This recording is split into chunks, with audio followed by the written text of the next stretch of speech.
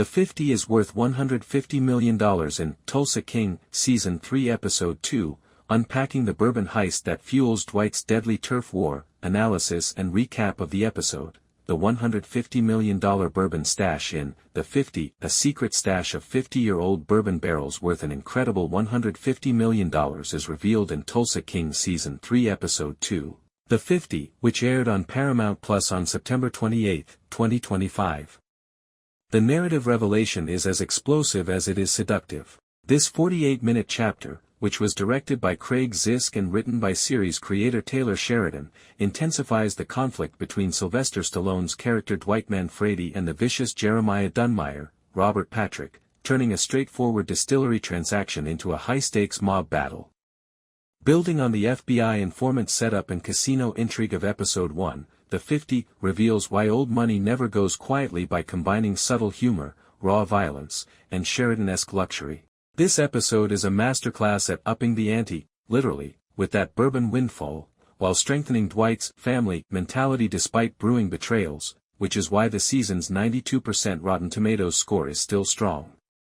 Summary of the main plot, spoiler light for new viewers, after Theodore Montague, Brett Rice, rejects Dunmire's offer of a buyout in favor of working with Dwight, the episode begins in the smoldering remains of his burned-out house. Tensions rise when Dunmire, a silver-haired Southern enforcer whose courteous drawl conceals Terminator-level violence, arrives at Theo's burial as Dwight's crew, Mitch, Garrett Hedlund, Tyson, Jay Will, Bodie, Martin Starr, and Goody, Chris Caldovino, pay their condolences.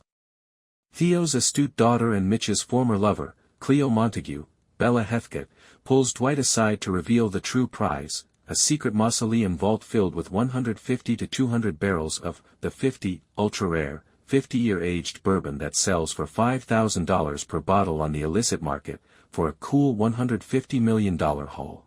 Dunmire's arson was not only petty retaliation, rather, it was a desperate attempt to take the distillery's liquid gold before Dwight could spread it throughout his expanding Tulsa empire.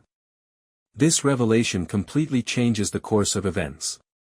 Ever the general, Dwight organizes his outcasts for a clandestine extraction operation while avoiding FBI surveillance by Agent Musso, Kevin Pollock, and an insurance scam devised by Dunmire's friends. Subplots also simmer: Goody's shaky family reunion, Bodie's grief-stricken instability, and Tyson's moral reservations about the life all contribute to the emotional grit. "I'm not a man to F***ck with," is the velvet-gloved threat Dunmire makes during a saloon sit-down at the episode's climax, threatening to destroy Dwight's casino unless he backs off from the bourbon. With Dwight drawing a line in the sand that begs for full-scale conflict, it ends on a precipice. Thematic Gold, the significance of the $150 million Bourbon A symbol for legacy, the 50 ages beautifully under pressure, much like Dwight did after 25 years in the business. It's more than simply a MacGuffin. Cleo explains that this stockpile, valued at $150 million due to its rarity, aged for half a century in charred oak, represents the conflict between Dwight's streetwise hustle and the Montague family's traditional bourbon dynasty.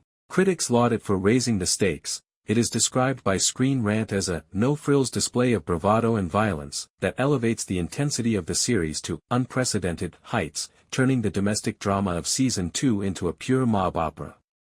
Echoing Dwight's own family of outcasts, TV Fanatic comments that it's ridiculous, over the top, and exactly the kind of storytelling this show thrives on, linking the value of the bourbon to issues of heredity and bloodlines. It's a narrative engine from an economic standpoint. Those barrels may support Dwight's growth at $5,000 each. However, distribution entails dealing with rivals from Kansas City and the Dixie Mafia that were hinted at in previews. While Primetimer speculates that Dwight is already aiming to run the distillery outright by the conclusion of the episode, Forbes points out that the logline's emphasis on securing distribution suggests multi-episode heists. Imagine Yellowstone cattle drives, but with hooch instead of heifers. It's Sheridan at his best. Highlighted moments and performances: Dwight, played by Sylvester Stallone, despite being 79 years old, the man continues to utter gravelly one-liners such as, "This ain't moonshine, it's AF**kin fortune." His funeral address is pure gold, equal parts melancholy and danger. Jeremiah Dunmire, played by Robert Patrick, Patrick, who makes his debut as the season's main antagonist, is a worthy antagonist due to his cold appeal, that saloon warning sequence. He is more Southern Gothic predator than previous villains. As Cleo, Bella Heathcote, her vault reveal, which combines guile, dealing with Dwight, and vulnerability, grieving dad, is a showstopper. It's romantic comedy relief in a pressure cooker, especially when combined with Mitch's awkward X-Flame emotions. Beats of action. In contrast to Tulsa's neon roughness, the vault heist is visually gorgeous, illuminated by lantern glow amidst dusty barrels. The rapid pace of confrontations, from the consequences from arson to that final threat, is praised by the review geek. Critical perception, strong evidence, light hangover as evidence, ready steady cut praises it. With punches not pulled in the build-up to conflict, Season 3 is proving a point after the lethargy of Season 2.